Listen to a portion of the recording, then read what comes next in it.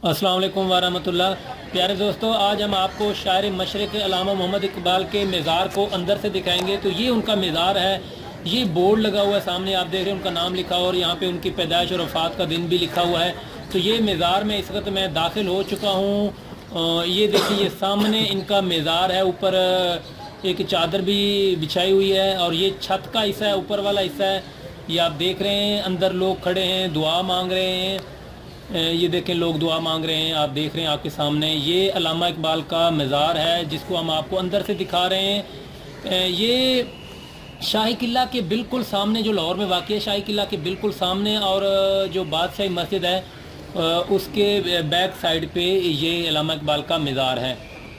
ये अल्लामा इकबाल के मज़ार को हम आपको अंदर से दिखा रहे हैं। ये कुछ अक़ीदतमंद हैं, लोग हैं जो यहाँ पे दुआ मांग रहे हैं।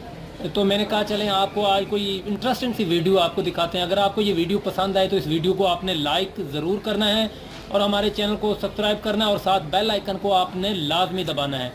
तो ये मैं आपको डिटेल से सही तरह वाज़े तौर पे अल्लामा इकबाल का जो मज़ार है अंदर से दिखा रहा हूँ। ये लोग हैं यहाँ पे दुआ मांग रहे हैं और लोग आ रहे हैं, कुछ लोग जा रहे हैं, कुछ इधर खड़े हैं दुआ मांग रहे हैं।